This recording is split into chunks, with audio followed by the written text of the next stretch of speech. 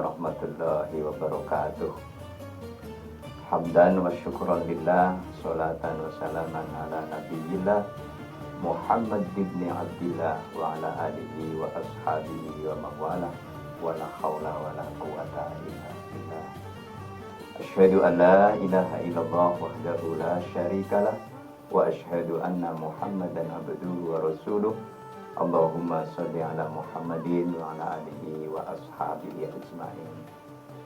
Yang pertama, marilah kita bersyukur atas berbagai nikmat yang Allah berikan kepada kita semuanya, sehingga alhamdulillah pada kesempatan yang baik ini kita diberi kesucian hati, kesungguhan pikiran untuk terus mengabdi di hadapan Allah Subhanahu wa taala.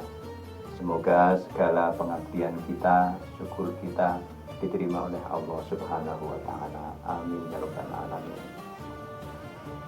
Yang kedua, marilah kita panjatkan sholawat dan salam kehadirat Nabiullah Muhammad sallallahu alaihi wasallam beserta istri, keluarga, sahabat, tabi'in, tabi'in dan kita semua selaku pengikutnya. Mudah-mudahan di hari kiamat nanti kita mendapatkan syafaat dari beliau. Amin ya rabbal alamin. Anak-anakku dan seluruh pendengar yang dirahmati Allah, pada kesempatan yang baik ini, izinkan Pak Syarif ingin menyampaikan sebuah tema tentang zakat.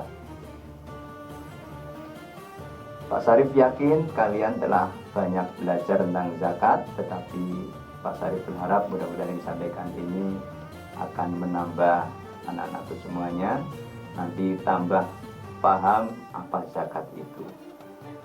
Anak-anakku, zakat itu berasal dari kata tazkiyah, ya, berarti kan mensucikan. Zakatun. Tujuan dari zakat ini adalah mensucikan sesuatu yang diniatkan. Untuk itu zakat terbagi menjadi dua. Yang pertama adalah zakatun nafs, yang dikenal dengan zakat fitrah. Kemudian yang kedua adalah zakatul mal, zakat harta. Umat Islam di bulan Ramadan yang suci ini membudayakan dan membiasakan membayar dua zakat ini. Utamanya untuk zakat fitrah itu adalah diberikan dengan niatan untuk mensucikan diri kita sebagai sho'imin sho'imat di bulan Ramadan, yang barangkali siam kita, puasa kita ada kekurangan, ada kesalahan. Diharapkan dengan zakat fitrah ini puasa dan jiwa kita tersucikan. Zakat fitrah ini tentunya menjadi kewajiban bagi seluruh umat Islam, baik yang masih anak-anak maupun yang sudah dewasa. Untuk yang anak-anak yang belum memiliki kemampuan untuk membayar sendiri atau mereka karyawan dari sebuah keluarga, anggota keluarga tersebut, maka kewajiban membayar zakat fitrah ini menjadi beban kepala keluarga. Oleh karena itu, tinggal menghitung nanti ketika mau membayar zakat fitrah, berapa anggota keluarga yang mau dibayar, dikalikan dengan nominal takaran dari zakat fitrah. Zakat fitrah yang kita kenal itu dibayarkan dengan menggunakan makanan pokok yang beratnya mulai dari 2,5 kilo sampai 3 kilogram.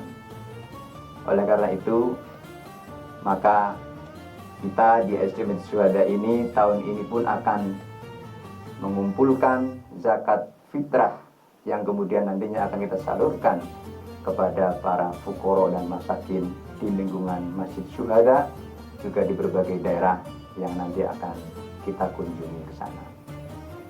Insya Allah tahun ini kita akan menetapkan pembayaran zakat fitrah itu yang hukum asalnya adalah seukuran 1 sok. Kali ini kita akan menetapkan dengan nominal Rp30.000 bagi satu muzaki, satu orang zakat. Karena itu maka tinggal mengalihkan. Jika keluarga anak-anakku semuanya ada yang beranggota keluarga 4, maka ketika membayar zakat fitrah dan dibayarkan di SD Masjid Syuhada, maka kalian tinggal mengalihkan 30.000 kali 4, maka 120.000 untuk bayar zakat fitrahnya. Atau demikian, nanti jika di keluarga ada banyak atau lebih dari 1-2 orang, nanti membayar zakatnya bisa melalui sekolah sebagian dan sebagian dibayarkan di panitia zakat di kampung masjid kalian semuanya.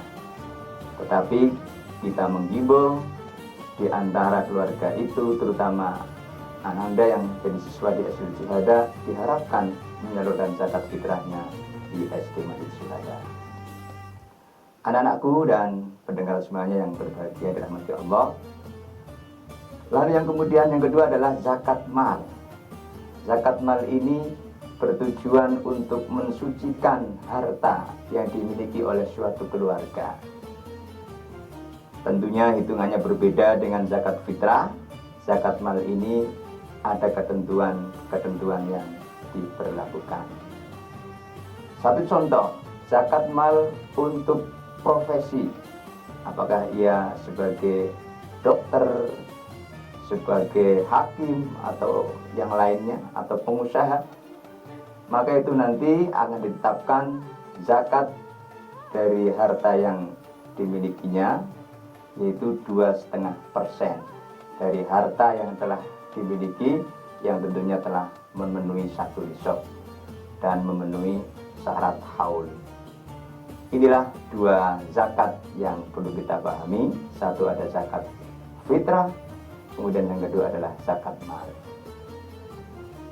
Terkait dengan zakat fitrah, anak-anakku semuanya, kalian bisa memulai membayarkan zakat fitrah itu mulai dari awal Ramadan sampai waktu detik-detik sebelum ditunaikannya sholat Idul Fitri pada tanggal 1 Syawal nanti.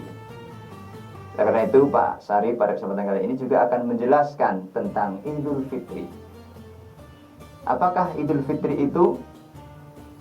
Dalam sebuah hadis dijelaskan bahwa Idul Fitri itu bukanlah karena baju yang baru, bukan karena apa-apa yang baru, tetapi Idul Fitri yang sesungguhnya adalah kembalinya kita ke fitrah, meningkatnya iman dan ketakwaan kita kepada Allah Subhanahu wa taala.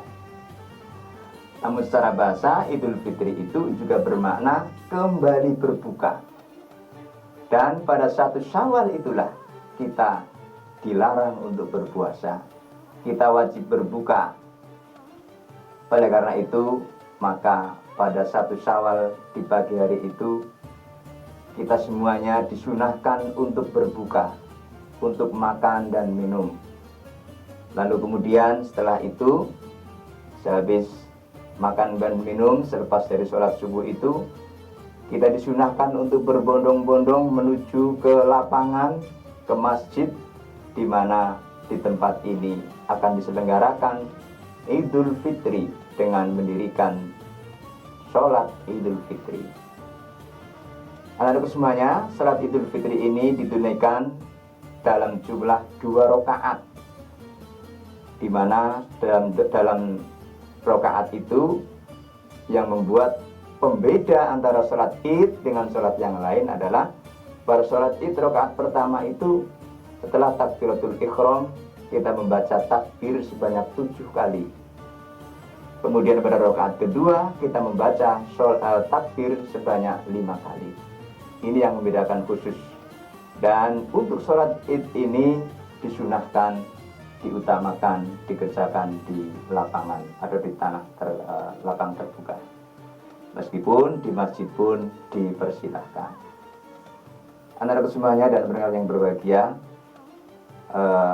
marilah di sholat Id ini kita sempurnakan pahala kita. Dengan cara apa? Sebelum sholat Id, mari kita berbersih badan ya. Kita mandi terlebih dahulu, kemudian kita pakai wangi-wangian, kita ambil busana baju kita yang terbaik. Terbaik tidak harus terbaru. Kemudian pakailah dengan rapi, lalu segeralah bergegas menuju ke tempat sholat id. Lalu di sana bertemu dengan saudara kita bersalaman, bisa saling menyapa, lalu duduk tertib menunggu komando saat sholat id dimulai. Setelah sholat id dimulai, tentunya ada kewajiban kita untuk mendengarkan khutbah Idul Fitri hingga usai, hingga tuntas. Nah, setelah itu disunahkan pada saat kita kembali dari tempat sholat Idul Fitri itu dengan menggunakan jalan yang berbeda ketika kita berangkat menuju ke tempat sholat Id. Anak-anak semuanya, demikianlah sekilas pembahasan tentang zakat dan tentang Idul Fitri. Mudah-mudahan yang sedikit ini bisa membantu menambah pencerahan untuk kalian semuanya. Sebagai akhir, mari kita tutup dengan takbir. Allahu Akbar, Allahu Akbar, Allahu Akbar, la ilaha illallah, wallahu akbar, Allahu Akbar, walillahil hamd. Demikian, terima kasih. Mudah-mudahan di tahun ini ketakwaan dan keimanan kita semakin meningkat dan semakin kuat. Hadanallahu wa iyyakum ajmain. Terima kasih. Wassalamualaikum warahmatullahi wabarakatuh.